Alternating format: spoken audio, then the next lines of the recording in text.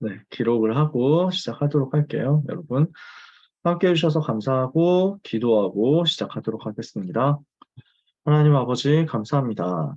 독서 포럼 하는 가운데 세상의 흐름을 알고 지식과 사상의 흐름을 알고 그 속에 있는 창세기 3장의 저주의 흐름을 발견하여 이것과 맞서 싸울 렘넌트의 영적인 싸움을 시작하게 하시니 감사합니다.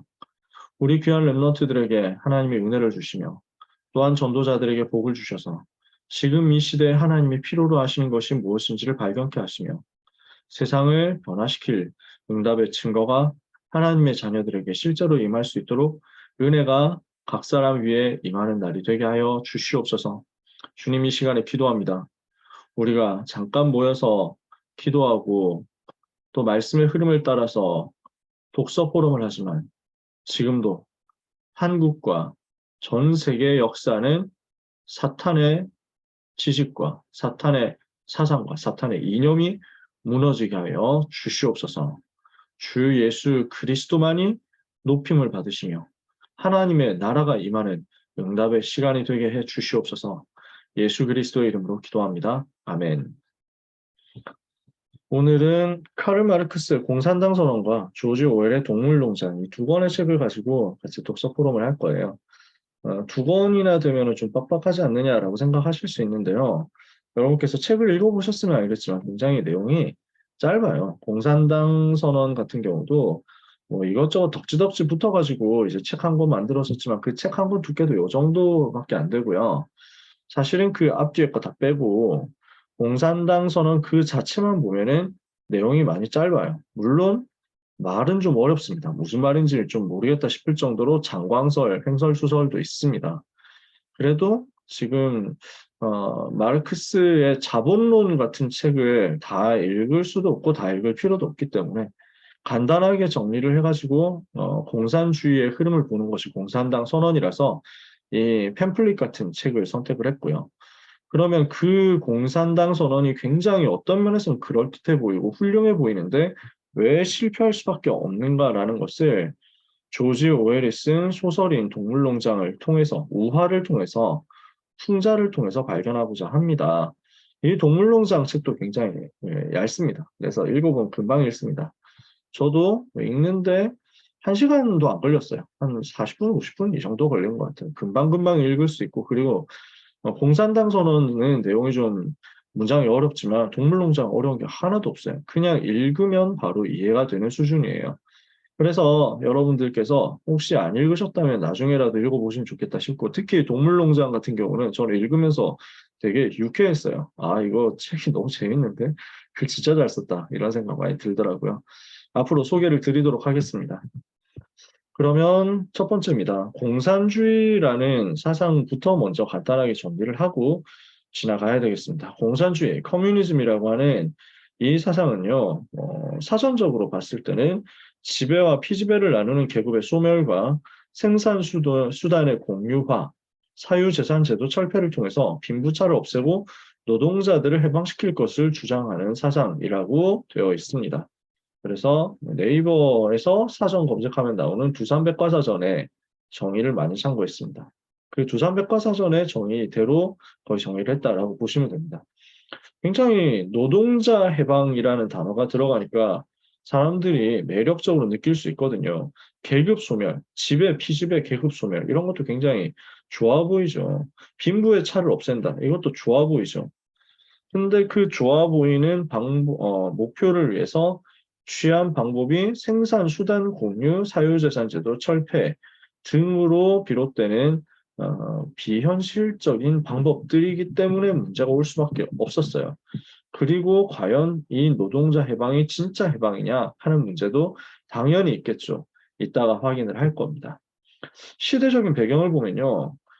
역사 이래 계급제도는 계속되어 왔습니다.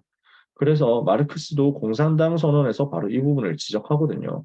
항상 계급이 있었다는 거죠. 그래서 보면은 여러 가지 계급들이 있었어요. 그래서 왕과 귀족, 노예, 뭐 그 평민, 노예, 뭐 이런 계급들이 있었잖아요. 크게 봐가지고 산업공상 이런 계급들도 있었고요.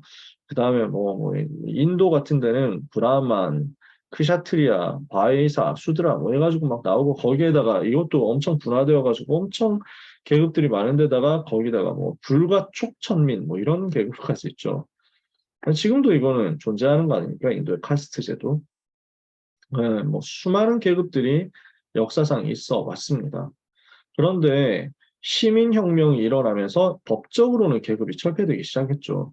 그래서 지금 대한민국 같은 경우에는 헌법으로 봤을 때 특권 계급의 창설을 허용하지 않는다. 이렇게 분명하게 나와 있습니다. 특권 계급은 없다. 대한민국에는 귀족 같은 거 없다라고 분명히 선언을 했어요. 계급은 없어요. 근데 실질적으로는 재산이 많으냐 적으냐를 가지고 계급이 있는 거나 다름없다라는 거죠. 실질적인 사회적인 계급은 있다는 거예요. 돈 많은 사람과 돈 없는 사람. 그래서 이것을 약간 유식한 표현을 해서 유산자, 무산자, 유산계급, 무산계급 이렇게 해가지고 얘기를 하는 겁니다. 이런 실질적 사회적 계급이 시민혁명 이후에 생겨났는데 산업혁명 이후에 갈수록 빈부격차가 심해지니까 노동자들은 먹고 살기 힘든 정도, 뭐 힘들다 하는 정도가 아니고 그냥 평균 수명이 30세밖에 안 됐고요. 30대 뭐 초반 뭐 이러면 거의 세상 떠날 정도로 그다음에 유아 사망률 엄청 높고요. 그다음에 먹고 살 수 있는 기회가 너무 없으니까 아동 노동이라고 해가지고 6살, 뭐 5살, 6살, 7살 이런 아이들도 과중한 노동을 시켰어요. 하루에 막 열 몇 시간씩 일을 시킨단 말이에요. 그러니까 아이들이 잘할 수가 없죠. 너무너무 근데 이 부분에 대해서 제대로 된 대가도 치러주지 않기 때문에 노동자들이 먹고 사는 게 이제 잠을 잘 수 있는 장소도 없어가지고 돈을 내고 잘 수 있는 장소가 뭐가 있었냐면 그냥 길거리에 이제 지붕 조금 쳐놓고 거기다가 밧줄을 이렇게 묶어놔요. 밧줄을 이렇게 달아놓고 그 밧줄 위에 몸을 걸터가지고 밧줄에 몸을 이렇게 이제 넣어서 얹어서 이렇게 자는 거예요. 실제로 그런 그런 곳을 숙소라고 하면서 노동자 계급에게 줬다는 거죠. 이 정도로 무너져 있으니까 이걸 보고 사람들이 이제 화가 나는 거예요. 이걸 좀 치유해야 되지 않느냐라는 운동을 한 겁니다. 그러면 이걸 두고 공산주의자들은 뭐라고 주장하느냐? 원시 공산사회가 있었다라고 이야기해요. 초대교회 모습이 원시 공산사회였다. 전부 다 공동으로 소유하고 자기 재산을 하나도 자기 것이라고 하는 사람이 없고 모든 사람 다 나눠서 쓰니까 어떤 사람도 부족한 게 없고 이런 모습들이 초대교회 모습들이 바로 원시적인 공산사회였다. 그래서 유토피아 같은 세상, 뭐 지구상에는 존재하지 않는다라는 이상사회가 유토피아거든요. 그런 원시 공산사회를 목표로 해가지고 공산사회를 이루어야 된다라고 주장하는데 그걸 두고 여러 가지 이론들이 나옵니다. 이걸 공상적 사회주의라고 마르크스는 공격합니다. 생시몽이나 오원이나 푸리에 나중에 보면 또 나오게 되는 사람들인데요. 이런 사람들은 아니 지배계급, 피지계급 서로 다 친하게 지내면서 그 이제 모든 사회적인 모순들을 평화롭게 해결해 가야 되지 않느냐라고 이야기를 하는 거예요. 그래서 결국 서로 간에 화합과 화해를 통해서 아름다운 사회를 만들자. 그래서 이제 부자들이 나눠주면서 또 가난한 자들이 이렇게 해가지고 서로 채워가면서 완전한 사회를 만들 수 있도록 노력해야 되는 거 아니냐라고 이야기를 했는데 마르크스는 엄청 깝니다. 이거 아무 실현 가능성이 전혀 없는 공상일 뿐이라고. 그래서 마르크스는 자기 물주였던 프리드리히 엥겔스라는 사람이 있거든요. 이 사람하고 같이 연구해가지고 과학적 사회주의라는 것을 주장합니다. 이게 공산주의 이론이라는 거예요. 그러면은 이 과학적 사회주의라고 하는 마르크시즘을 구성하는 핵심 원리가 뭡니까? 유물론과 변증법이거든요. 유물론이라는 말은 오직 물질뿐이다라고 주장하는 거예요. 정신적, 문화적, 영적 요소 이딴 건 없다라고 주장하는 게 유물론이에요. 세상에는 무슨 영적인 거 이런 거 없어. 정신적인 거 이런 거 없어. 그냥 돈이 있을 뿐이야. 물질이 있을 뿐이야. 그 물질이 없어지면은 그냥 다 끝나는 거야. 그 물질 있으면 모든 게 다 있는 거야. 라고 주장하는 거죠. 오직 물질. 그게 유물론입니다. 그리고 이 유물론에다가 붙이는 이론이 또 있습니다. 변증법이에요.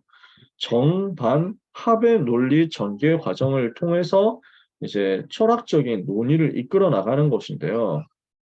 예를 들어서 뭐라고 하면 좋을까요? 뭐 과일은 맛있다. 뭐 이렇게 해가지고 뭐 하나의 이제 무슨 그 명제가 있다고 합시다. 근데 맛없는 과일도 있어라고 이야기를 하는 거예요. 그러면 이게 반대되는 이제 명제죠. 정이라는 논제가 있었는데 여기에 반대되는 명제가 합해져 가지고 뭐야 그럼 과일이 뭐 맛있는 것도 있고 맛없는 것도 있어? 뭐 이러면서 막 서로 이제 투쟁이 되는 거예요. 야 나는 맛있던데, 나는 맛없던데 이렇게 해가지고 싸우다 보니까 결국 새로운 이론이 도출되는 겁니다.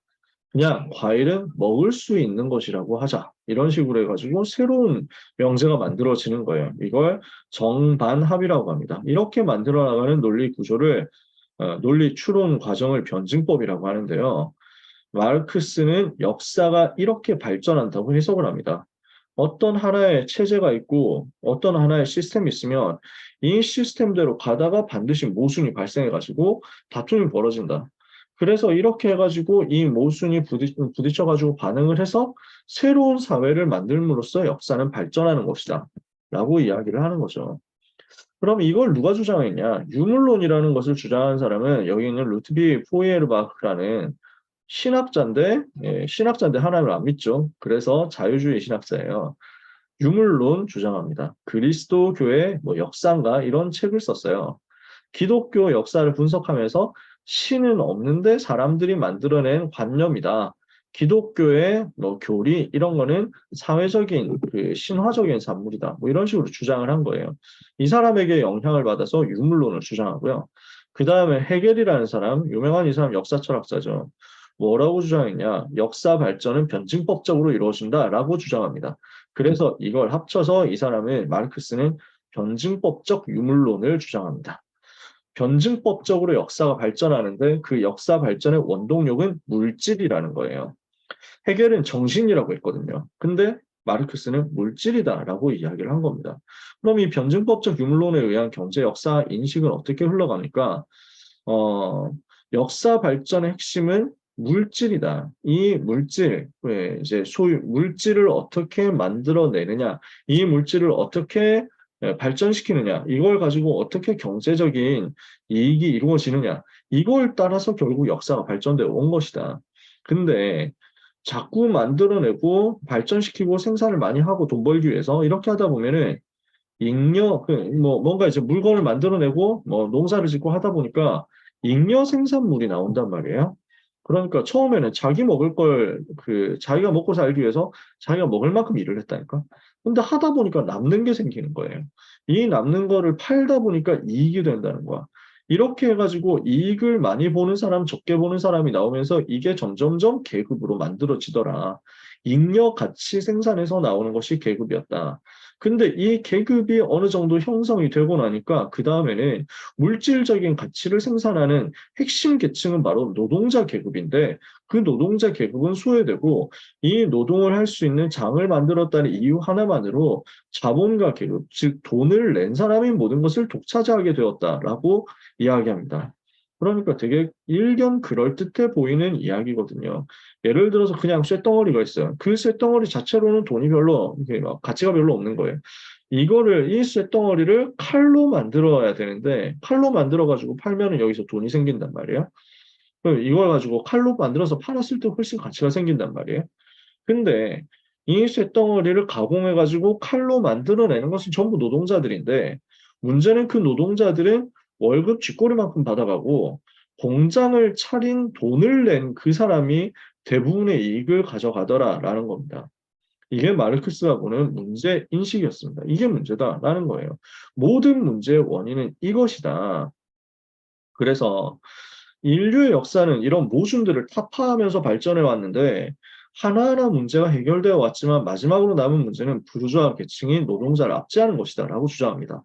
여기서 우리가 이야기해 봐야 될 것은 부르주아가 뭐냐라는 거죠. 부르주아라는 말은 프랑스어로 성안 사람들이라는 말입니다. 그러니까 그러니까 성 안에 사는 사람들이 좀 더 부자들이 많았단 말이에요. 성 밖에 사는 사람들. 그래서 성 안으로 들어가지 못하고 성 밖에서 조금 이제 가난한 데서 어렵게 사는 사람들 이렇게 해가지고 나눠지는 거예요. 성 안에, 도시 안에는 뭔가 인프라도 갖춰져 있고 먹고 살기 좋은 것들이 많이 있고 뭐 이렇게 환경도 많이 가꿔져 있고 정비되어 있고 이렇단 말이에요. 그리고 무엇보다도 옛날 시대니까 성 안에 있으면 전쟁이 일어나도 상대적으로 안전하단 말이죠. 성 밖에 있으면 언제 약탈, 살인, 강간, 방화 일어날지 모른단 말이에요. 그러니까 잘 사는 사람들은 성 안으로 들어와서 집을 사고 못 사는 사람들은 성 밖에 내쫓겨가지고 내몰려서 노동하면서 막노동하면서 겨우 살아간단 말이에요. 농사를 짓거나 아니면은 어디 공장이 차려져 있으면 그 공장 가서 막노동 같은 거 하면서 그냥 단순 노동, 단순 반복 작업 이런 거 하면서 산다는 거죠. 그래서 노동자 계급을 프롤레타리아라고 하고요.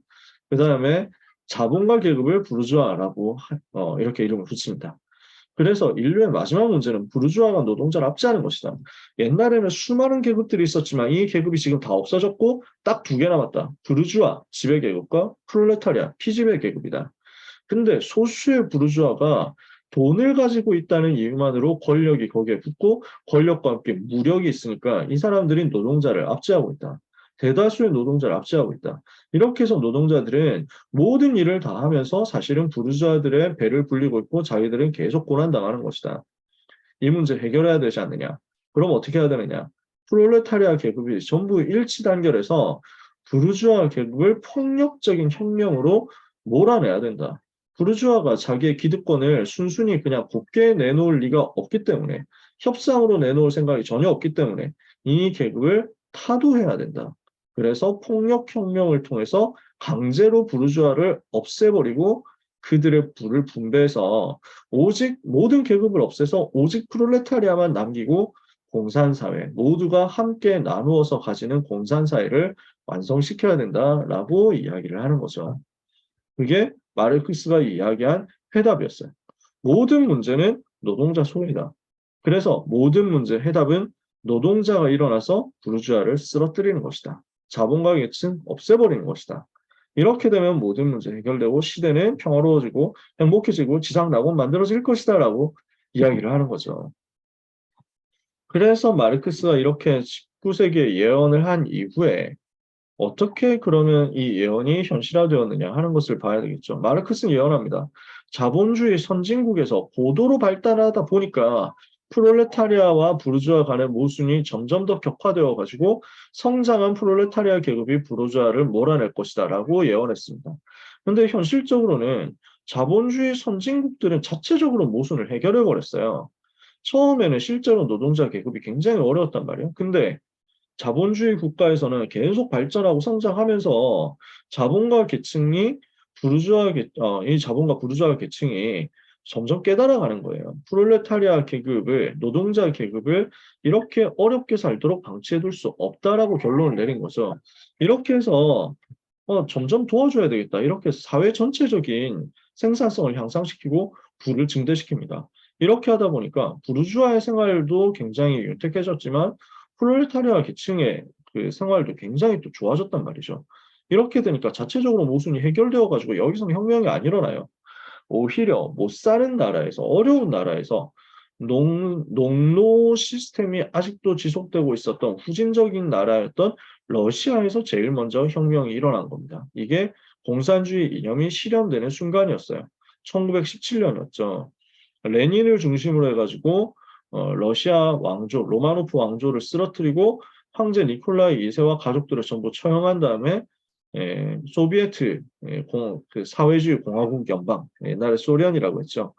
요 나라를 만들어 가지고 뒤엎어 버린 겁니다. 이렇게 되니까 전 세계가 충격을 받죠. 진짜 노동자, 그 농민의 나라가 만들어진 것 같았거든요. 이러니까 전 세계에서 앞다투어서 이 사상과 이론을 실제화시키려는 투쟁이 벌어집니다. 곳곳에서 혁명이 벌어집니다. 그래서 동유럽이 공산화되고요. 중국이 공산화되죠. 그리고 제3세계 국가들로 이것이 식민 지배에서 독립한 아프리카라든지 아시아라든지 남미라든지 이런 나라에서 점점 이게 확산이 되죠. 전 세계 절반을 거의 장악했다시피 하게 됩니다. 이것이 20세기 중반의 모습이었습니다. 그런데 이 공산주의 국가들이 다 어떻게 됐습니까? 다 무너져 버렸죠. 왜냐? 나중에 가서 설명을 좀 더 자세하게 하겠지만요. 이 공산주의 사상이라는 것은 인간에게 주어져 있는 이기심이라는 것을 전혀 활용하지 못하는 체제였어요. 그러니까 효율이 올라갈 수가 없어요. 열심히 일했는데 열심히 일해도 똑같은 뭐 100원 받고 게으르게 일했는데도 일 안 했는데도 받을 때는 100원 똑같이 받고 이렇게 하면 누가 열심히 일하고 싶겠어요. 일한 만큼 돌려받는다라는 개념이 공산주의에는 없어요. 왜? 모두가 공동으로 생산 시설을 소유하고 모두가 공동으로 노동한 다음에 모두가 공동으로 똑같은 만큼 받는다라는 게 공산주의거든요. 그러니까 누가 더 많이 해서 더 많이 받는다라는 것을 용납을 하지를 않아요. 그러면 어떻게 돼요? 아무도 안 하고 싶어지겠죠. 그럴 수밖에 없게 되는 거예요. 인간은 이기적인 존재이기 때문에. 결국 어떻게 됩니까? 계급이 없어질 거라고 했는데 알고 보니 공산당이라는 지배 계급이 출현하고 이들이 권력을 독점하게 되죠. 그 나머지 모든 사람들은 평등한데 가난하게 평등해요.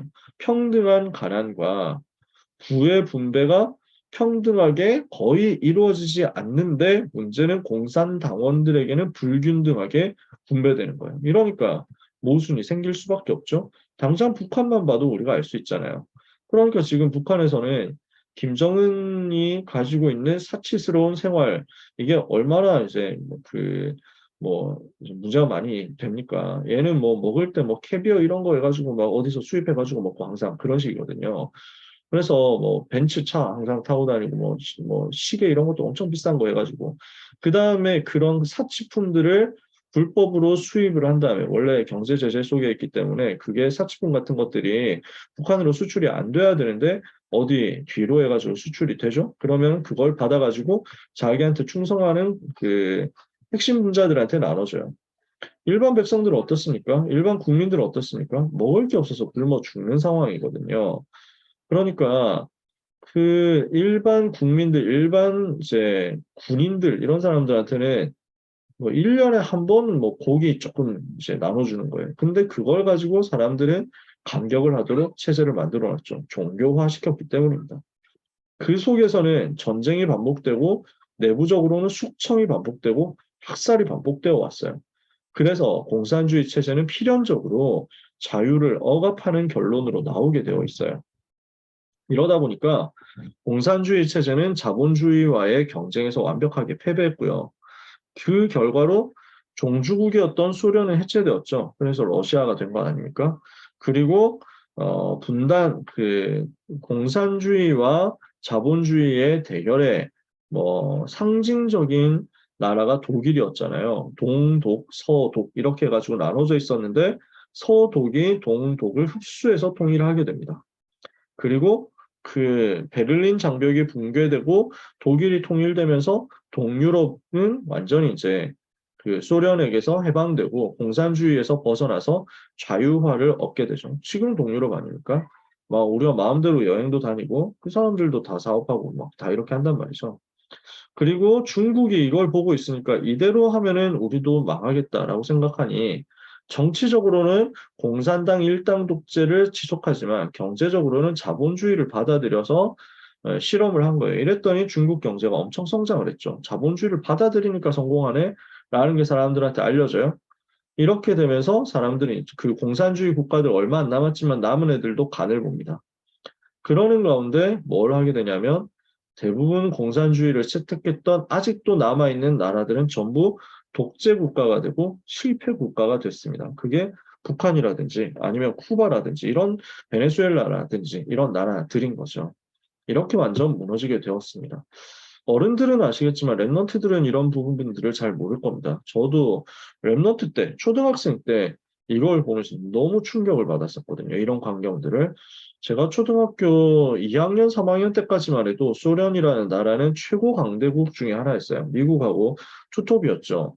그러니까 그 소련이 무너지고 공산주의가 무너진다라는 것은 있을 수 없는 일이고 상상하기 힘든 일이었어요. 근데 어느 날 그 공산주의가 완전히 무너지면서 레닌의 동상이에요. 소련을 만든 공산주의 혁명을 일으켰던 레닌의 동상을 곳곳에서 무너뜨리고 목매달아서 전시하고 뭐 이런 일들이 벌어지는 겁니다. 전 진짜 너무 충격이었어요. 아마 어른들은 똑같이 충격 그때 받으셨을 거예요. 동독, 서독 분단의 상징이었던 베를린 장벽이 무너지고 독일이 통일된 것을 보여주는 상징적인 사진 중에 하나죠. 이렇게 했는데 이렇게 되어버렸지만 한때나마 세계 절반을 공산주의가 장악했단 말이에요. 어떻게 이게 가능했느냐라는 것을 오늘 공산당 선언이라는 책을 통해서 확인을 할 겁니다. 자, 마르크스라는 사람입니다. 마르크스 얼굴부터 한번 보고 가시죠. 그래서 이 털보입니다. 네, 털보. 유대인 가문이고요. 유대인 자손이에요. 근데 이제 그 유대교 안에서 생활하기 힘드니까 이때 되면은 19세기 정도 되면은 많은 유대인들이 기독교로 개종을 합니다. 이 마르크스도 기독교로 개종한 변호사의 아들이었어요. 근데 아버지가 그렇다고 믿음이 어느 정도 있었냐 이것을 확실하게 알 수는 없고요. 아버지에게 영향을 받아서 그 당시에 최고 사상이었었던 자유주의 사상에 심취했었어요. 그래서 무슨 왕정 이런 것에 반대하는 사상이었죠. 이런 것에 심취한 마르크스는 법, 역사, 철학 이런 것들을 공부합니다. 그래서 베를린 대학에서 공부를 하는데 공부보다는 딴짓에 관심이 많아가지고 그래서 여러 가지 딴 일들을 하고 뭐 그다음에 이제 혁명 일으키자 폭동 선동하고 이런 것들을 대학생 때부터 열심히 했습니다. 그러다 보니까 베를린 대학에서 학위를 받을 수가 없겠구나 해가지고 그 박사 학위를 잘 주기로 유명한 예나 대학으로 옮겨가서 거기에서 박사 학위를 따고 졸업을 합니다. 그러면서 마르크스는 신문사에서 활동하고 막 글 써가지고 과격한 글을 써서 사람들을 선동하고 이런 걸 좋아했고 많이 했는데요. 그때 당시 독일이 통일되기 전이었으니까 독일이라는 나라가 생기기 전이었죠. 독일 민족은 뭐 수십 개 되는 크고 작은 나라로 갈라져 가지고 있을 때였거든요. 그 중에 제일 강대국이 프로이센이었어요. 이 프로이센이라는 나라를 정복해야 된다. 없애버리자. 그 왕정을 타도하자. 이래서 혁명을 추구하다가 결국 실패했죠. 그래서 지명수배를 받고 뭐 여러 가지 과정이 있었는데 어쨌든 영국으로 망명해서 여기서 만난 엥겔스라는 돈 많은 사람, 사업가하고 함께 공산주의를 연구를 하게 됩니다. 그래서 경제적으로 공산주의의 그 시스템을 설명하는 자본론이라는 책을 펼쳐내고요. 그리고 팸플릿 같은 공산당 선언이라는 책을 또 펴내서 많은 사람들을 충격에 빠뜨립니다. 그럼 이 마르크스는 실제로는 어땠냐면요. 되게 사치스러운 사람이었어요. 그러니까 프롤레타리아를 동정하고 노동자 계급이 뭐 힘 얻어야 된다 이렇게 주장했지만 실제로는 자기는 그 노동자 계급의 입장에서는 상상도 할 수 없는 사치를 많이 했어요. 돈을 아예 뭐 못 벌었다, 그러니까 아예 엄청 많이 벌었다 이런 건 아닌데 돈이 그렇게 모자랄 만큼 월급이 적지는 않았어요. 항상. 어디 신문사 같은 데서 일을 많이 했기 때문에 칼럼 쓰면서. 그리고 무엇보다도 엥겔스는 완전 자본가거든요. 자본주의자는 아닌데 자기는 자본가야. 공장 이제 사장이란 말이에요. 그래서 엥겔스가 그 마르크스한테 후원을 많이 해줬어요. 그리고 또 마르크스 부인이 귀족 집안 딸이었어요. 이러니까 수입원이 원래는 많았어. 근데 항상 가난해. 왜냐? 돈을 너무 많이 써가지고. 엄청 쓸데없는데 돈을 많이 쓰고 다니고 바람 피는데 돈 쓰고 뭐 이런 식으로 하니까 결국 가정에는 재앙이 닥치는데 6명의 아이 중에서 3명이 죽었죠. 어릴 때 병 걸렸는데 문제는 그 병원만 가면 살 건데 병원 갈 돈이 없는 거야. 마르크스한테는. 왜냐? 자기가 낭비해가지고 다 써버려가지고. 그런 비참한 상황들도 많이 겪었습니다. 그러는 가운데서도 되게 두 얼굴의 모습인 게 엥겔스라는 사람도 모순적인 인물이에요. 자기는 공산주의 혁명을 지지한다라고 해놓고 누구보다도 자기는 부르주아로 살았어요.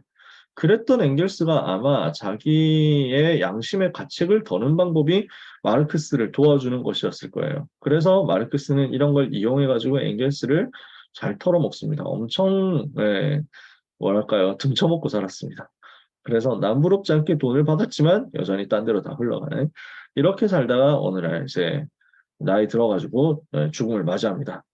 엥겔스가 와서 유언을 할 말은 없느냐 했더니 어저 유언이라는 것은 인생에 충실하지 못했던 사람이라 하는 거야 하면서 막 할 말을 뭐 말을 제대로 못한 놈들이라 하는 거야 하면서 막 이랬다고 믿거나 말거나 하는 내용이 있습니다. 그래서 지금 한국에서는 이렇게 활용이 되고 있는 털보 할아버지 이렇게 되어 있죠. 자, 그러면은 이 공산당 선언이라는 팸플릿을 간단하게 리뷰를 해보겠습니다.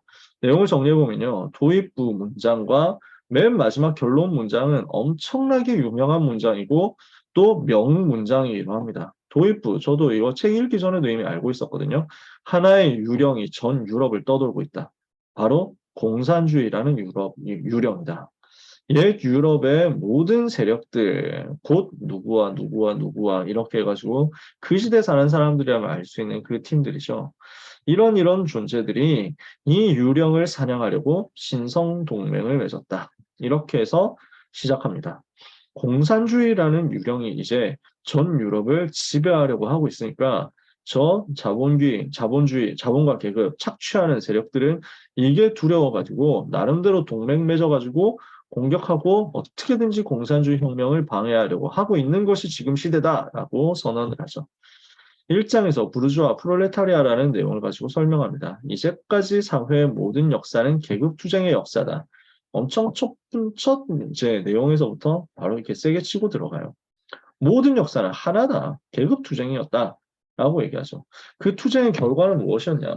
사회의 혁명과 개조가 일어나거나 아니면 투쟁했던 모든 계급들이 공동으로 몰락하는 귀결로 이어졌다. 그래서 진짜 계급 투쟁을 해서 무엇을 해야 되느냐? 사회 혁명과 개조를 우리는 일으켜야 된다라고 주장하는 거죠. 그러면은 지금 시대의 계급은 뭐냐? 부르주아 계급이다. 그리고 피지배 계급은 프롤레타리아 계급이다. 이 두 개밖에 안 남았다. 앞에서 설명 많이 했죠. 부르주아는 지금까지 있었던 모든 인류 역사의 수많은 지배 계급의 지배 구조들을 아주 단순화시켰다. 무슨 말이냐? 옛날에는 혈연적으로 지배, 피지배 계급 이런 것들이 나눠져 있었죠. 그 다음에 무슨 과거 시험 봐가지고 양반이 되고 아니면 뭐 귀족이 되고 이런 것들도 있었고요. 그 다음에 성직자 계급 뭐 이런 것도 있었잖아요. 그래서 우리나라에서도 고려시대 같은 경우는 승려들이 굉장히 힘이 있었죠. 저 중세시대 같은 경우는 교황, 그 다음에 추기경 이런 사람들도 힘 있잖아요. 이런 식으로 해서 수많은 계급들이 존재해 왔었다.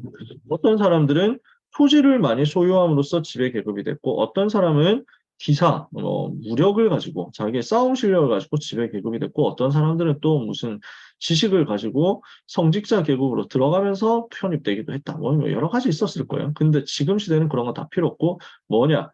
생산 수단을 확보하고 생산 수단을 돌릴 수 있는 자본을 가진 사람들이 그 생산 수단과 자본이 없는 사람들을 지배하는 그 구조 하나만 남은 것이다. 이렇게 얘기해요. 그러면서 이 부르주아들은 세계 시장을 착취하고 세계화 시켜서 전 세계를 자기의 물건 팔아먹을 시스템으로 만들어 놓는 것이다. 그러니까 이걸 팔아먹을 나라가 더 필요하니까 제국주의 활동을 펼치고 있었다라고 이야기를 합니다. 그러면은 이 부르주아 계층이 이렇게 해가지고 살아가다 보니까 필연적으로 발생하는 문제는 돈 벌기 위해서 계속 만들어 제끼다 보니까 과잉 생산이 어느 날 일어나게 되고 이 생산한 물건을 팔아먹을 데가 없으니까 결국 가격이 폭락해가지고 쫄딱 망하게 되는 경제 공황이 일어나게 되는데 경제 공황은 자본주의 사회에서 필연적으로 발생하니까 이거를 해결하는 방법을 찾아야 되는데 이 사람들이 선택한 것은 전쟁이었다라는 거죠. 전쟁을 일으키면은 과잉 생산 이게 해소가 된다는 거예요. 왜냐? 전쟁해가지고 막 계속 쓰고 버리고 이렇게 되니까. 그러니까 그 생산 설비라든지 이런 것도 다 돌아가고 그 다음에 물건 창고에 쌓여 있었던 것도 다 팔아먹게 되고 이렇게 된다는 거예요. 그래서 지금 사회는 계속 문제가 일어나는 것이다. 그러나 부르주아는 몰랐다. 이 과정에서 프롤레타리아 계급이 하나의 공동체로서 형성되고 있다는 사실이었다. 이렇게 얘기를 하는 겁니다. 마르크스는 무엇을 얘기하느냐? 이렇게 자본주의가 고도화되다 보니까 전에는 그런 계급이 없었는데 이제는 노동자라는 계급이 거대한 계층으로 형성이 되어가지고 전에는 여러 가지 피지배 계급들의 모습이 있었지만 지금은 그 사람들이 다 공장에서 일하는 노동자 됐다. 그 프롤레타리아 공장이 커지면 커질수록 노동자도 숫자가 많아집니다. 이렇게 해서 계급이 만들어진 것이다라고 이야기를 해요.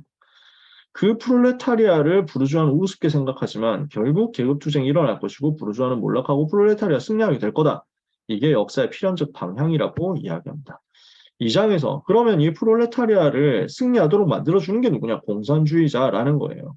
이 이념과 사상을 가진 사람들이 일어나서 프롤레타리아 계급을 지도해서 혁명을 일으켜서 사적 소유도 폐지하고 부르주아 가치관을 교육시키는 그 교육 제도도 폐지하고 가족 제도도 폐지해라. 그래서 좀 충격적인 얘기를 하죠. 부인을 공유하는 것이다. 이렇게까지 얘기합니다. 왜냐? 부르주아들은 지금도 그렇게 살아먹고 살아가고 있기 때문에 그래서 막 그 돈 많다는 이유만으로 합법적으로 막 이렇게 첩을 취하면서 매춘을 하면서 살고 있지 않냐 하면서 막 그래서 그런 걸 다 없애버리고 가족이라는 시스템도 없애버리고 부인을 공유하면서 사는 것이다. 좀 황당한 얘기를 합니다. 그리고 조국이라든지 국가도 폐지하는 것이다. 그때 되면 종교도 철학도 다 종말을 고하게 될 것이다. 이렇게 얘기합니다. 그래서 모든 사람들에게서 토지 소유한 것 몰수하고 엄청난 세율의 누진세를 물려서 돈 많이 버는 사람은 세금 다 물려가지고 돈 많이 번 것만큼 다 뺏어가지고 돈 없는 사람한테 나눠주고 상속권 폐지해가지고 금수저가 이제 자기 아들한테 똑같이 물려줘가지고 아들도 잘 살고 돈 많다는 이유로 그 집에서 태어나면 계속 대대로 잘 사는 거 없애버리자. 자본과 생산수단은 국가에 귀속시켜가지고 자기 멋대로 돈 더 벌 수 있도록 만드는 거 없애버리자. 그래서 공동계획을 통해서 경영하고 국가가 경영을 해가지고 그 다음에 모든 사람들은 다 노동해야 된다. 한 사람도 빠짐없이 모든 사람이 똑같이 노동해가지고 똑같이 배급받아야 된다. 그리고 이 과정에서 필요한 모든 지식들은 국가에서 무상으로 가르쳐야 한다라고 주장합니다. 3장에서는 사회주의와 공산주의에 대한 여러 가지 이론들을 비판합니다. 첫 번째, 반동적 사회주의라는 것이 있었는데 봉건적 사회주의라는 거예요. 기독교식의 사회주의. 아까 전에 초대교회 얘기했지만 사실 초대교회가 공산주의 사회는 아니거든요, 절대로. 그 상황에서는 이단 누명 쓰고 사회생활이 안 되니까 어쩔 수 없이 그렇게 했던 거예요. 나중에 가면 산업인, 전문인, 성공자 나타나잖아요. 근데 지금도 기독교 사회주의자들이 있습니다. 아니, 그 초대교회처럼 모든 것 공동 소유하고 공동 분배하고 평등하게 살아야 되는 거 아니냐라고 이야기를 하는 사람들은 아직도 기독교 안에도 있습니다. 다락방 안에는 없겠지만요. 그러면서 소시민적 사회주의, 농촌 같은 생활로 돌아가자. 산업이 너무 발달해가지고 이렇게 문제 온 거니까 옛날로 돌아가자. 복고적인 얘기를 하는 겁니다. 그 다음에 독일 사회주의를 비판하는데 마르크스는 자기가 독일 사람이었음에도 불구하고요. 독일의 사회주의는 철학적이고 사변적인 논의만 하지 실제 행동은 안 한다. 이것은 바로 옛날 시대의 사회주의 모습, 반동적인 사회주의 모습이다. 역사가 발전해야 되는데 그 발전을 가로막고 후퇴시키고 퇴행시키려고 하는 주장들을 반동주장이라고 하거든요. 보수적 부르주아적 사회주의도 있다라고 얘기합니다.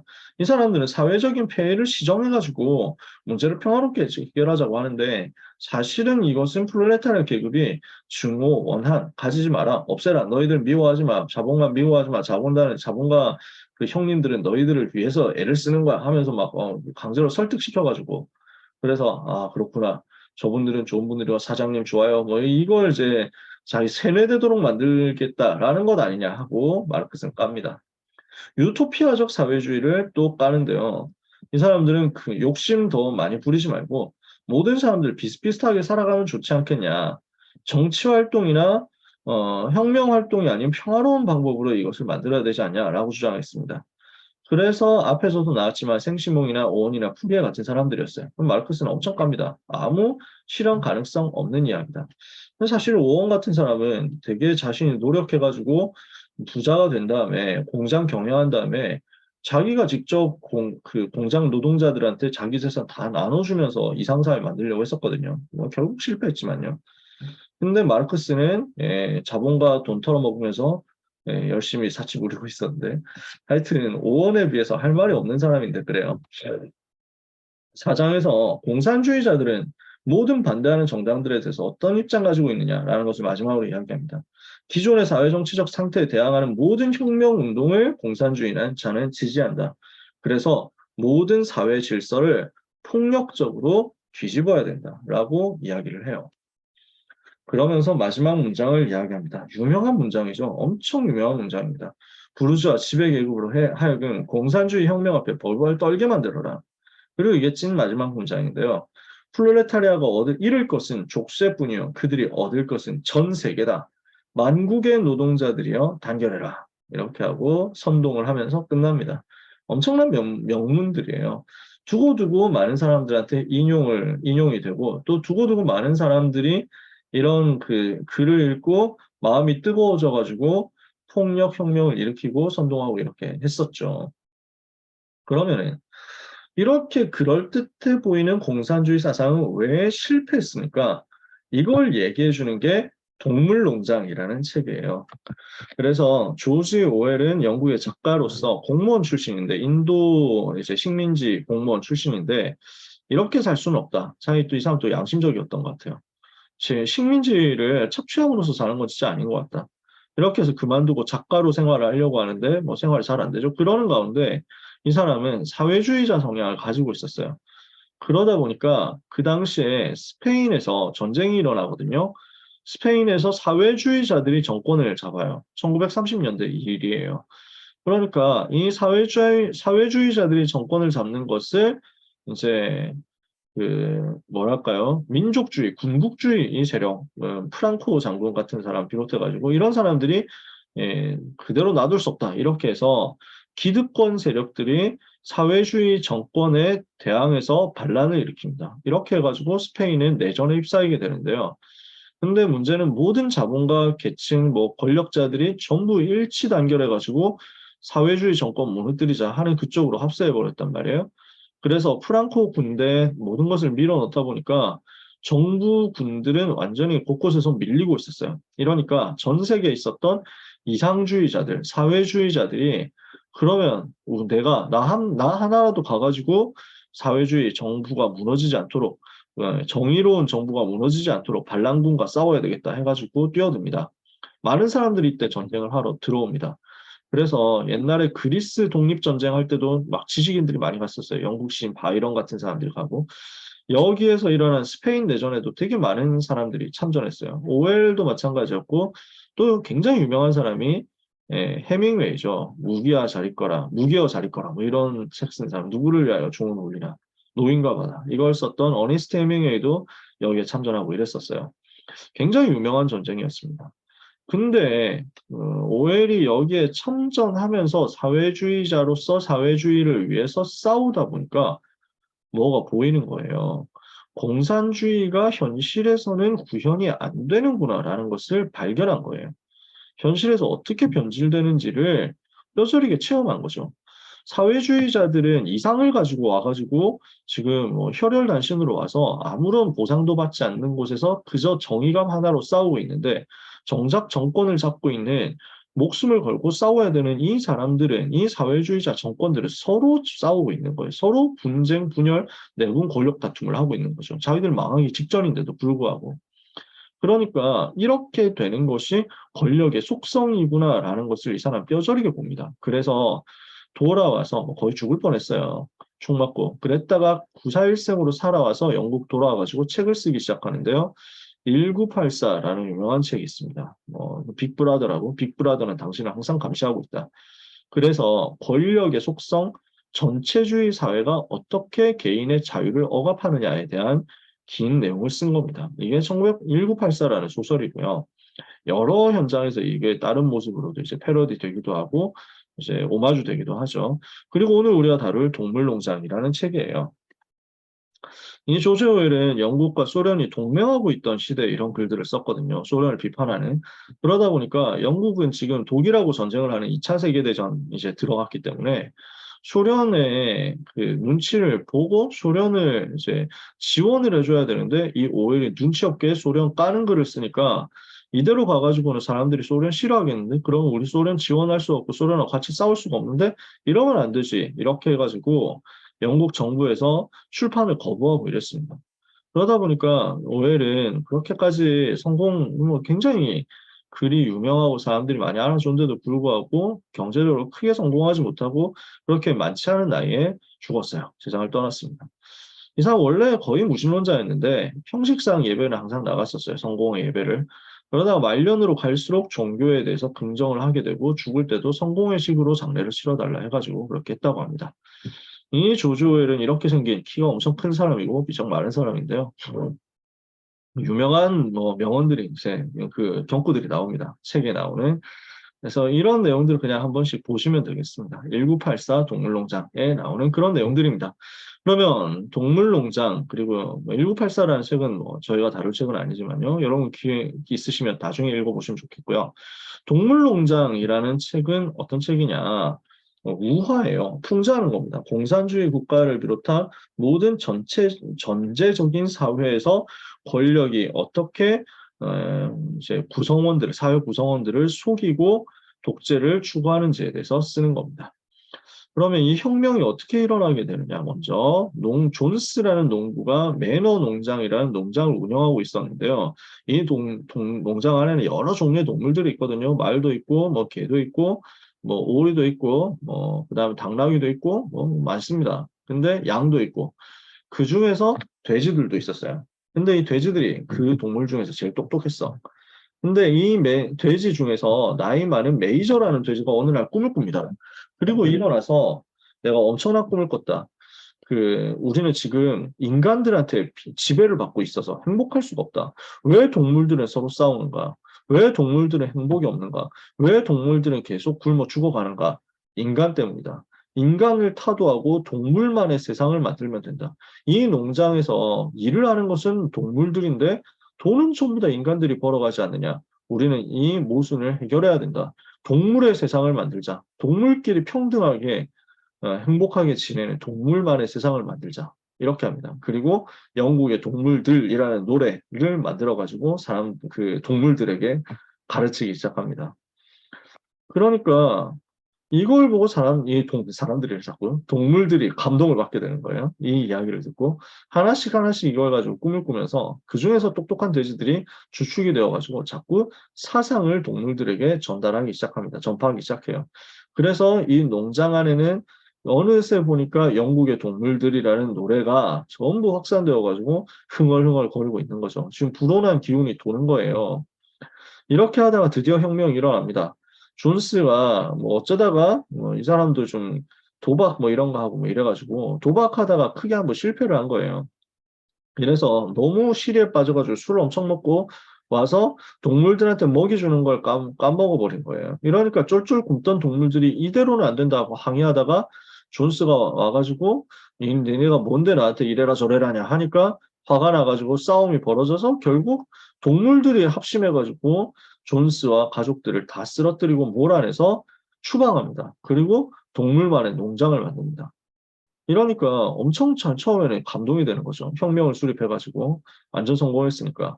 그래서 존스가 살고 있었던 집, 여긴 되게 동물들 입장에서 보면 엄청 호사스럽고 사치스럽고 화려하고 이렇게 돼 있었으니까 이거야말로 집의 상징 아니냐. 이걸 누구도 쓰지 못하도록 하자. 여기는 아무도 들어가지 마라. 창고로만 쓴다. 이런 식으로 해가지고 하고 우리는 다 같이 평등하게 사는 동물의 농장을 만들자. 이렇게 해서 동물농장 이름을 바꿉니다. 동물만의 평등 사회를 건설합니다. 공동으로 같이 일을 하고 생산하고 그 다음에 다 똑같이 먹이를 분배합니다. 이러니까 처음에는 엄청 좋아요. 전에는 일을 할 때 주인을 위해서, 존스를 위해서 일했는데 이제는 우리를 위해서, 우리 스스로를 위해서 일하는 거니까 좋은 일 아니냐 이렇게 해가지고 다들 힘 얻어서 열심히 합니다. 그러다 보니까 생산성 증가되고 그 다음에 다 똑같이 분배를 하니까 먹는 게 더 많아진 거예요. 너무 좋죠. 근데 점점 이상해지기 시작합니다. 이 과정에서 유명한 돼지가 등장합니다. 스노볼이라는 돼지와 나폴레옹이라는 돼지인데요. 그 중에서 스노볼이라는 돼지는 굉장히 똑똑하고요. 그러면서 논리 정연하고 언변이 엄청 뛰어나요. 그래서 이 돼지가 동물들 간에 우리가 지켜야 될 7가지 계명을 작성합니다. 그리고 동물 농장의 모든 문제를 해결하고 경영을 효과적으로 하기 위한 각종 위원회를 만듭니다. 그리고 이 동물 농장을 외부의 인간의 위협으로부터 지키기 위해서 이 혁명을 빠르게 다른 농장에도 확산시켜야 된다고 주장을 하면서 이런 활동들을 펼칩니다. 근데 이 과정에서 생산성도 향상되고 동물 간 다툼도 종식되고 하니까 인간들이 이게 야, 저 동물농장 저 그대로 놔두면 진짜 위험하겠는데 이렇게 해가지고 쳐들어왔는데 스노볼 중심돼가지고 목숨 걸고 싸워서 결국 격퇴도 해냅니다. 이러니까 이 과정까지는 이제 완벽한 성공이라고 그 동물들은 생각하는 거예요. 그래서 스노볼이라는 돼지가 만든 동물주의 7가지 계명이 있습니다. 무엇이든지 두 발로 걷는 것은 적이다. 네 발로 걷거나 날개를 가진 것은 친구다. 이게 이해가 되시죠? 사람은 적이고 동물이 친구라는 거예요. 어떤 동물도 옷 입어서는 안 된다. 어떤 동물도 침대에서 자면 안 된다. 어떤 동물도 술 마시면 안 된다. 어떤 동물도 이거는 이제 사람처럼 사치하면 안 된다는 거죠. 지배 계급되지 말라는 거예요. 어떤 동물도 다른 동물 죽이면 안 된다. 뭐 당연한 그런 거겠죠. 모든 동물은 평등하다. 이렇게 만듭니다. 근데 이걸 다 못 외우니까 동물들이 교육을 해도 안 돌아가는 거야, 머리가. 그러니까 두 발은, 네 발은 좋고 두 발은 나쁘다. 이것만 각인시킵니다. 그래서 four legs good. 그 다음에, two legs bad. 이렇게 해가지고 간단한 이제 표를 만드는 거죠. 근데 이게 점점 변질되기 시작한단 말이에요. 혁명의 지도부가 있는데 이 동물들이 이제 머리 많이 쓴다는 돼지들이죠. 이 돼지들이 특권 계층화되기 시작합니다. 왜냐? 다른 동물들은 다 나가서 일하는데 돼지들이 이제 머리 쓰면서 뭐 이것저것 계획하고 명령 내리는 일만 하는 거예요. 근데 이 돼지들은 자기의 일을 정당화시킵니다. 우리는 농장 전체를 위해서 일하고 있는 거야. 너네는 한 부분만을 위해서 일하지. 우리는 모든 것을 다 감독하고 있어. 관리하고 있어. 어떻게 해야 될지 우리가 지시해주지 않으면 결국 이 농장은 망하는 거 아니냐. 그래서 우리가 고생을 더 많이 하는 거야. 라는 식으로 해가지고 동물들을 설득합니다. 그 과정에서 이미 돼지들에게 포섭이 된 양들 세력이 있어요. 얘들은 그냥 계속 이제 선동하는 거예요. 두 발은 좋고, 네 발은 좋고, 두 발은 나쁘다. 이거 하면서 반대 의견들이 절대 나오지 못하도록 막아버리는 거죠. 이런 과정에서 스노볼과 나폴레옹이 싸움을 벌입니다. 스노볼은 그래서 앞장서서 뭐 이런저런 일들을 주장하는데 나폴레옹은 조용히 별로 말을 하는 것 같지만 계속 반대하는데 사실은 친위 세력들을 꾸미고 있었거든요. 뭐냐 하면은 개들이 어떤 개가 사냥개 같은 애들이 새끼를 낳았는데 그 새끼를 데려다가 자기가 키운 거 어릴 때부터. 이러더니 어느 날 맹견이 되어가지고 나타나. 그래서 스노우볼을 이제 물어뜯어가지고 쫓아내버리고 나폴레옹의 권력을 장악하게 됩니다. 돼지가요. 이 나폴레옹 돼지가 독재를 하게 되는데 친위 세력인 개들 그리고 선동 세력이 되는 양들 그리고 이 나폴레옹 옆에서 같이 있는 지배계급인 돼지들 이 팀들이 중심이 되어가지고 반대 세력을 몰아내고 의문을 가지고 있는 그런 동물들도 다 숙청을 하기 시작해요. 물어뜯어서 죽여버리고 반대하면은 없애버리고 이렇게 해버리는 거죠. 나폴레옹 동지는 지금 우리 모두를 위해서 일하고 있는데 이게 뭐냐 하는 식으로 자꾸 만듭니다. 여러분 책을 읽어보면 그 과정이 굉장히 논리적으로 치밀하게 나와 있어가지고 동물들이 하다 보니까 진짜 그런 것 같거든요. 그렇게 해가지고 나폴레옹 독재가 어느 날 정당화되는 거예요. 동물농장 7계명을 암송 못하는 동물들에게 핵심 강령만 전달했다고 그랬잖아요. 그 사이에 서서히 7가지 계명이 수정되기 시작합니다. 자, 7계명 다시 볼게요. 이게 어떻게 바뀌냐면요. 어떤 동물도 침대에서 시트를 깔고 자면 안 된다. 침대에서 자도 되는데 시트만 안 깔면 돼. 라는 거예요. 술을 마시면 안 되는 게 아니라 지나치게 많이 마시지만 않으면 돼. 죽일 수도 있어. 이유 없이 죽이면 안 돼. 이런 식으로 어느 순간 슬쩍 바꿔버리면서 돼지 독재 시스템을 정당화시키고 돼지들의 특권 사회가 특권을 정당화시키게 됩니다. 이러니까 결국 변질되는데요. 7계명이 수정되면서 영국의 동물들이란 노래조차도 이제 금지가 되는 거예요. 그러면서 어떤 결과가 나오느냐. 원래 스노볼이 우리 동물농장 발전을 위해서는 풍차를 만들어야 된다. 왜냐? 에너지 공급이 없기 때문에 지금은 생산 자체를 동물들이 열심히 하지만 인간들이 남겨놓고 간 에너지가 있었기 때문에 자원이 있었기 때문에 가능한 거고 앞으로 그런 동력이 공급이 이제 점점 끊길 건데 그럼 우리가 살아가려면 그 에너지를 스스로 만들 수 있어야 된다. 풍차를 만들자 했거든요. 나폴레옹은 반대합니다. 그거 스노볼의 권력 강화를 위해서 만든 거 아니야? 우리는 그거 동의할 수 없어. 이런 식으로 나온 거예요. 그러다가 스노볼을 쫓아냈죠? 그러고 나니까 나폴레옹은 뭐라 하냐면은 사실은 내가 풍차 만들자고 얘기했는데 스노볼이 가로챈 거야 하면서 이렇게 거짓말을 하기 시작합니다. 그러면서 우리는 저 위대한 풍차를 만들어야 되기 때문에 각자 더 노력해야 된다. 풍차를 만들기 위해서 에, 인간들이 가지고 있는 기술과 인간들이 가지고 있는 자재를 우리가 사와야 된다. 어쩔 수 없다. 그러니까 우리 동물들이 받는 배급에서 조금 깎아가지고 거기에서 남는 걸 인간에게 팔아서 인간에게서 물자를 사와서 풍차를 만들면 우리는 나중에 더 잘 살게 될 거다. 이렇게 선동을 하죠. 그러면서 인간과 은근슬쩍 거래를 하기 시작합니다. 그 과정에서 배급이 점점 줄어듭니다. 야, 우리는 우리 먹고 사는 것도 힘든데 다른 인간한테 저런 거 팔면 되냐? 안 되지라고 하니까 배급을 중단시켜가지고 아예 굶겨 죽여버립니다. 그리고 이 일에 의심을 갖지 않는 제일 최선다하는 말이 있었어요. 복서라는 말인데 이 말이 너무 열심히 일하고 그 다음에 인간들 쳐들어왔을 때 전쟁할 때 제일 최선 다해서 싸우다가 큰 부상을 입고 상처 입었어요. 이 복서는 머리가 나빠가지고 아까 7계명 이런 거 외우지도 못하는 존재였는데 대신에 뭐라고 하냐면 나폴레옹은 항상 오라. 나는 나폴레옹 믿을 거야. 이렇게 합니다. 그러면서 최선 다해서 나는 내가 좀 더 최선을 다할 거야. 그렇게 죽을 때까지 최선 다하다가 죽었어요. 그랬더니 어떻게 하냐면 이 돼지들이 도살업자한테 팔아버립니다. 그래서 죽지 않았어요. 안 죽었어. 병들었거든. 근데 병든 복서를 어떻게 하냐면은 팔아버려요. 도살업자한테 돈 받고. 그러니까 동물들이 동요하기 시작해요. 이건 뭐야? 충성했는데 어떻게 저게 팔아? 이렇게 해가지고 동물들이 달려가서 막으려고 했는데 이미 늦은 거야. 문 닫기 전에 그 도살업자 차가 빠져나간 거지. 가가지고 항의를 하니까 니네가 몰라서 그렇다고. 저거 원래 저 차 도살업자 차 맞는데 수의사한테 팔았어. 저 차 수의사가 몰고 간 건데 페인트 칠을 안 해서 그래. 우리 나폴레옹 수령께서는 복서를 위해서 친히 병원비 다 내줘가지고 수의사한테 치료 다 받도록 만들어줬어. 니네가 무식해서 그걸 모르는 거야. 이렇게 둘러댑니다.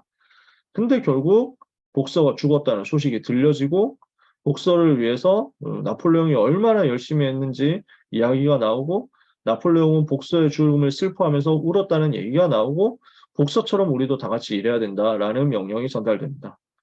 그리고 복서를 팔아넘긴 돈, 그 말을 팔아넘긴 돈은 돼지들이 술 먹고 노는 데 쓰게 됩니다. 어느 순간 보니까 나폴레옹은 그냥 나폴레옹이 아니라 우리의 지도자 나폴레옹 동지. 나폴레옹 하는 일은 항상 옳다. 이렇게 얘기하게 되고요. 드디어 어느 날 이 나폴레옹과 돼지들은 두 발로 걷기 시작합니다. 처음에는 네 발로만 걸었잖아요. 발 두 개 있고 손 두 개 있으면 손 두 개 가지고 나쁜 짓 하니까 절대로 우리는 두 발 하지 말자 이랬는데 돼지들이 자기들 먹고 놀고 하기 위해서 술 먹고 하기 위해서 두 발로 걸어 다녀야 되는 거야.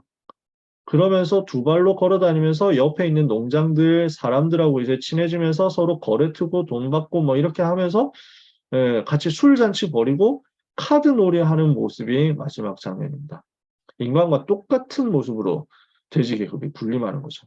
이래서 카드 놀이를 하다가 나폴레옹하고 옆 농장 주인하고 싸움이 붙었는데 내가 내 카드야 이거는 하면서 막 싸움 붙었는데 그러면서 돼지들하고 인간들하고 막 난리가 났는데 밖에서 그것을 보던 동물들이 보니까 누가 인간이고 누가 돼지인지 모르겠더라 하고 책이 끝납니다. 이 동물주의 7계명이 어떻게 바뀌냐. 마지막 이렇게 바뀝니다. 그러니까 네 발로 걷는 것은 좋다. 두 발로 걷는 것은 나쁘다였잖아요. 네 발은 좋고 두 발은 나쁘다였잖아요. 지금은 어떻게 바뀌냐? 네 발은 좋고 두 발은 더 좋다. Four legs good. 그 다음에 two legs bad였잖아요. 그걸 four legs good, two legs better라고 바꾼 거예요. 돼지들을 위해서. 그리고 마지막 이 문장입니다. 모든 동물은 평등하다. 그러나 어떤 동물들은 더욱 더 평등하다.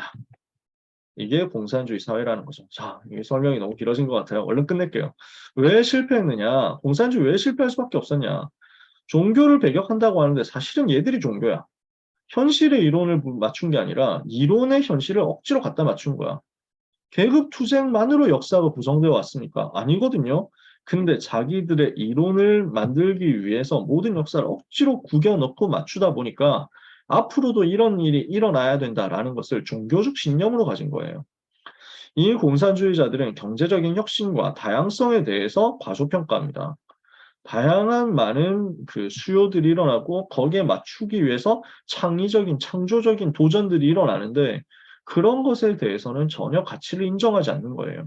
그러니까 돈 버는 사람들이 그냥 막연하게 노동 열심히 해서 돈을 버는 겁니까? 아이디어를 짜내는 거예요. 무엇에 대한 아이디어를 짭니까? 어떻게 해야 지금 소비자들이 좋아하지? 여기에 대해서 자꾸 찾아내고 도전을 하고 시도를 하는 거예요. 근데 그것을 무시하니까 결국 공산주의 경제 체제 속에서는 혁신이라는 게 나올 수가 없죠. 부르주아 계급과 프롤레타리아 계급 상호 간의 계층 이동은 공산주의자들이 생각했던 것보다는 훨씬 원활했습니다.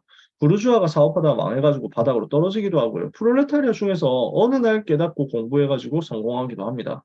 생각보다 이렇게 되는 거예요. 이 계급 간에 고정된 게 아니었어요. 그리고 자본주의 경제 발전하다 보니까 사회 전체가 부가 증대되고 생활 수준이 많이 향상되어 가지고 오늘날의 프롤레타리아 노동자 계급들은 옛날 자본가 계급의 생활하고 비교했을 때도 훨씬 더 좋은 수준의 생활을 하고 있다는 거죠. 쉽게 얘기해서 지금 우리가 살아가고 있는 게 조선시대 양반들보다 훨씬 더 잘 산다는 거예요. 귀족들보다. 그렇게 지금 되었잖아요. 특히 이 배경에 뭐가 있었냐면 프로테스탄티즘과 자본주의 정신이라는 책을 우리가 나중에 다루게 되겠습니다만 막스 베버 얘기죠. 복음을 회복하니까 경제도 사회도 회복되더라. 그래서 무너질 수밖에 없는 시스템이었는데 어느 날 변화되더라라는 거였거든요. 근데 이 부분을 공산주의자들은 몰랐던 거죠. 국영화를 하게 되니까 국가가 모든 것을 관리를 하고 감독을 하게 되니까 효율성이 떨어지는 거예요. 경쟁이 없으니까 누가 더 잘하려고 하겠어요. 그러니까 사회는 자꾸만 굳어질 수밖에 없죠. 이윤을 자기 돈 벌고 자기 이익 보고 이런 걸 허락하지 않으니까 혁신이 발생하지 않죠. 사람들은 이런저런 거 다양한 것을 원하는데 그러니까 예를 들어서 비누 하나 뭐 세제 하나를 쓴다고 그뭐 저기 뭐 폼클렌징 하나를 한다고 해도 어떤 사람들은 되게 그 뭐 이렇게 많은 이제 뭔가 이제 고급스러운 걸 추구하고 저 같은 사람은 그냥 빨리빨리 씻고 끝나는 거 그래서 물기 빨리 그 뭐야 뭐 미끌거리는 거 빨리 없어지는 걸 선호하고 뭐 사람들이 다 다양하잖아요. 건성 피부, 지성 피부 해가지고 막 수많은 종류가 있잖아요. 수많은 필요성이 있기 때문에 근데 공산주의에서는 그런 걸 인정하지 않아요. 그냥 똑같은 비누로 모든 사람 다 쓰라는 거예요. 그러니까 결국 경쟁에서 뒤처질 수밖에 없죠. 실제적으로 이론상의 한계였고요. 이렇게 될 수밖에 없었고. 그리고 이론도 그랬지만 실제로 해보니까 무너지더라 하는 건 뭐였습니까? 공산당이 일당 독재를 하다 보니까 절대 권력은 절대 부패하잖아요. 결국 또 다른 특권 계층이 형성되고 권력화되어 가지고 일반 국민들을 착취하는 모습은 똑같아졌고 오히려 더 심해졌다는 거예요. 권력을 가지고 모든 것을 통제하고 하다 보니까 통제 사회잖아요. 그러면서 밑에 있는 사람들을 이제 갈고 가지고 뭔가를 끌어내야만 자기들이 성과가 나서 높은 자리로 올라갈 수 있다 이러니까 밑에 사람을 자꾸 조지죠. 그러니까 뭐가 나옵니까? 통계를 조작합니다. 우리가 이렇게 성공했다라고 통계를 조작해요. 그 과정에서 거짓말이 판쳐요. 그 과정에서 선전과 선동으로 모든 것을 하려고 하게 돼요. 그 과정에서 자기한테 도움이 안 된다 하면 무자비하게 숙청하고 학살합니다. 모든 사람이 서로를 믿지 못하고 감시하는 사회가 됩니다. 이게 공산주의 사회였어요. 왜 이렇게 될 수밖에 없었습니까? 마지막 시간, 마지막 다섯 번째인데요. 랩넌트가 봐야 할 공산주의입니다. 유물론에서 모든 게 시작했죠. 이것은 인간이 영적인 존재라는 사실을 무시했단 말이에요. 창세기 3장, 6장, 11장과 3저주, 사탄, 죄, 지옥이라는 근본 저주, 이 불신자 상태의 멸망은 아무리 인간이 스스로의 노력으로 공산사회를 만든다고 해도 해결할 수 없잖아요. 영적인 문제를 어떻게 저 공산주의 가지고 해결을 하겠느냐는 거죠. 특히 인간을 물질로만 취급을 한단 말이에요. 이러니까 인민재판, 인종학살 이런 것들이 뭐 정적에 대한 숙청 일어날 수밖에 없었어요. 그러니까 공산주의 들어간 나라마다 수만 명, 수십만 명, 수백만 명씩 죽어 나갔어요. 중국에서도 문화혁명, 뭐 대학진 운동과 문화혁명 이렇게 해가지고 수천만 명이 죽었어요. 소련에서도 수백만 명 숙청했죠. 살인했어요. 북한에서도 말할 것도 없이 수백만 명을 죽였어요. 그리고, 캄보디아 같은 나라에서도 폴포트라는 공산주의자가 정권 잡고 킬링필드라는 일을 벌였는데 100만 명이 넘게 일시에 죽임을 당했어요. 예, 이게 중국의 문화혁명 당시입니다. 선동을 하고 선전을 하다 보니까 저 여학생이 초등학생이거든요. 지금 근데 일어나가지고 저 이제 자본가, 그 다음에 지주 썩어 빠진 저 인간들을 다 없애버리자 이렇게 하고 있는 겁니다. 그 결과 그 전까지 존경받는 사람들, 뭐 학교 교수들, 뭐 교장 선생님 이런 사람들 다 자기 눈에 조금 마음에 안 든다 이러면은 바로 인민의 적으로 몰아가가지고 주잡하다, 자본주의 추구하려는 반동 악질 분자들이다. 이렇게 해서 모든 사람 앞에 모욕을 줍니다. 이렇게 해가지고 알아서 뭐 그 패서 죽이고 뭐 모욕 줘서 죽이고 뭐 이렇게 하는데요. 그 과정에서 수천만 명이 죽었다니까요. 이게 지금 중국의 문화혁명이었고, 북한에서도 그때 6.25 당시에 그 남한에 많은 땅을 점령을 했었잖아요. 거기에서 인민재판 벌여가지고 수많은 사람들, 특히 그리스도인들을 엄청나게 죽였습니다. 총으로 쏴서 죽이는 것은 물론이고 죽창으로 찔러서 죽인 사람들은 엄청 많았어요. 뭐 두드려서 패가지고 죽이고 지금 수만 명을 그렇게 가는 곳마다 학살을 한 거예요. 이게 캄보디아의 킬링필드라는 유적입니다. 지금 저게 다 실제 해골들이니까요. 얼마나 비참한 일입니까? 가는 곳마다 이런 일이 벌어진 거죠. 하나님 없는 이상사회를 주장한 것은 필연적으로 실패할 수밖에 없어요. 하나님 없이 해결이 됩니까? 창세기 3장 이후에 인간은 이기적 존재인데 공동생활, 공동소유, 공동분배를 하는 게 효율적이었습니까? 자기 이익밖에 모르는 사람들이? 그러니까 공산주의는 태생적으로 창세기 3장도 모르고 창세기 3장 해결할 수 있는 방법도 없는 것입니다. 교육도 가정도 없애겠다니까 당연히 음란과 타락이 공산주의 사회에는 만연할 수밖에 없었습니다. 모든 것을 국유화하면서 하나님의 자리에 국가를 놓고 당을 놓고 수령을 놓고 그것을 숭배하는 우상숭배 시스템을 만든 겁니다. 그러니까 결국 하나님 없다고 하는 공산주의 운동은 마귀 종로를 타는 우상숭배 운동으로 이어질 수밖에 없었던 거죠. 지금도 계속되고 있습니다. 공산주의 운동은요. 북한 공산주의는 우상숭배하는 나라가 되어버렸죠. 김일성, 김정일, 김정은 우상숭배하는 국가예요. 전 세계에서 기독교를 가장 많이 핍박하는 나라입니다. 그래서 이런 부분에 대한 이야기를 자세하게 이야기하기는 시간이 많이 없죠. 여러분들과 함께 나중에 포럼할 수 있는 기회가 있었으면 좋겠다라고 생각해요. 중국 공산주의는 지금 중화 패권주의 이쪽으로 연결되어가지고 주변 나라들한테 다 어그로 끌고 있죠. 핍박은 갈수록 심해지고 있습니다. 기독교에 대한. 사회적 공산주의 운동이 한국을 비롯한 선진 국가에서도 계속 일어나요. 그러니까 틈만 나면은 팀들이 일어나가지고 뭐 노동조합이라든지 아니면 사상 뭐 지식 뭐 정치권 이런 데서 나와가지고 우리나라에도 그런 정당들이 있잖아요. 그래서 모든 거 국유화해야 된다라고 합니다. 좀 온건한 사람들도 민영화하면 안 된다. 나라에서 해야 된다. 이렇게 자꾸 얘기하죠. 무상교육 실시해야 된다. 이런 얘기하는 겁니다. 이게 좋은 말 같죠. 근데 무상교육을 해가지고 교육을 국가가 독점하면서 그 국가가 국가의 지배 사상들을 무비판적으로 국민들한테 수용하도록 만드는데 그 사상을 쥐고 통제를 하면서 사람들을 전부 종노릇을 시키겠다라는 계획이 숨어 있는 거예요. 문화적 공산주의는 더 심각합니다. 3단체 운동은 바로 여기에 연결이 되어 있거든요. Political Correctness 운동. 그래서 뭐 페미니즘이라든지 동성애라든지 이런 부분들이 따지고 깊이 들어가 보면 이 배경 속에 있습니다. 그래서 비렐름 라이히라는 사람이 있었습니다. 그래서 이좀 공산주의자들이거든요. 근데 정신적 문화적인 부분을 뒤집어 버려야 된다라고 이야기를 한 겁니다. 그래서 이탈리아에서 제가 이름을 까먹었는데 또 사상가 한 명 이런 사람 나와가지고 진지전을 해야 된다, 기동전 해야 된다, 뭐 이런 이야기를 하면서 정신 문화적인 측면에서 공산주의 혁명 일으켜서 후대들의 생각을 빼앗아야 된다라고 했습니다. 이게 지금 선진국 서밋들의 생각 시스템을 완전 장악한 거죠. 우리는 이 속에서 어떤 영적 싸움을 해야 될까요? 마지막입니다. 랩넌트 영적 전쟁이에요. 우상사상, 우상문화, 사탄과 영적 전쟁해야 되고요. 특히 저 공산주의 국가들을 살리도록 사단과 전쟁하고 선교 전쟁을 해야 되겠다. 유물론, 무신론 가지고 사단은 지금도 역사하니까 영적 사실을 절대로 안 놓쳐야 되겠다라는 거. 마지막으로 잃어버린 성경적 전도 전략 회복해야 되는데 왜 이 말을 하느냐면요. 저 공산주의자들이 어떻게 해서 성공했냐. 사실은 전부 초대교회 전략을 벤치마킹한 거예요. 복음만 빼놓고 현장으로 파고들어서 사람을 변화시킨다. 이걸 시스템으로 만든다. 이 시스템 중심으로 캠프한다. 이런 것들요. 공산주의자들이 제일 잘했어요. 초대교회 이후 교회는 놓치고 공산주의자들이 제일 열심히 한 거예요. 체 게바라 같은 사람은 한 30명 데리고 들어가서 쿠바라는 한 나라를 공산주의 나라로 뒤집어 버렸어요. 그 배경이 이런 것들이란 말이죠. 우리는 성경적 전도운동 반드시 회복해야 되겠습니다.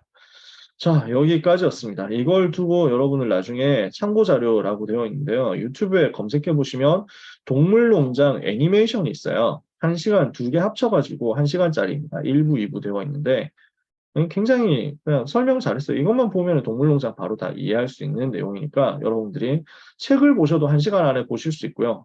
애니메이션으로 보셔도 충분히 이해가 잘 될 겁니다. 좀 오래된 거긴 하지만요. 혹시 질문하실 분들 계실까요? 궁금하신 부분, 질문하실 분들 채팅으로라도 남겨주시고 의견이라든지 포럼이라든지 이런 것도 언제든지 환영합니다.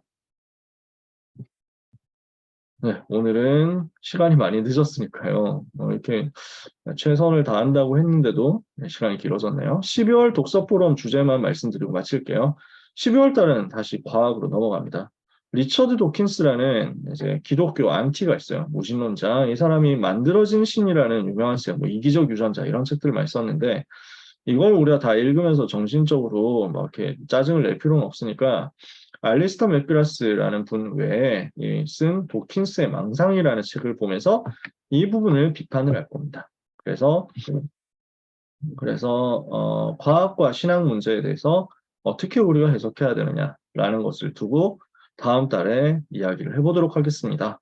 이 책을 가지고 다음 달에 이야기할 테니까 관심 있는 분들 많이 참여해 주시면 감사하겠습니다.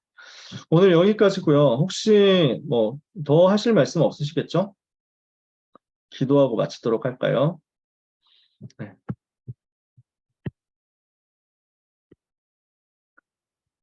그러면 기도하고 마치도록 하겠습니다. 하나님 감사합니다. 우리 렘넌트와 전도자들에게 한 시대를 볼 수 있는 영안을 열어주시며 영적 전쟁을 할 수 있는 지혜를 주시며 이 시대 역사는 사단의 전략을 무너뜨릴 그리스도의 군사로서 영적인 힘을 먼저 가지게 하여 주옵소서. 보좌의 능력과 배경 가지고 완전 승리하는 귀한 전도 제자들 되기를 소원합니다.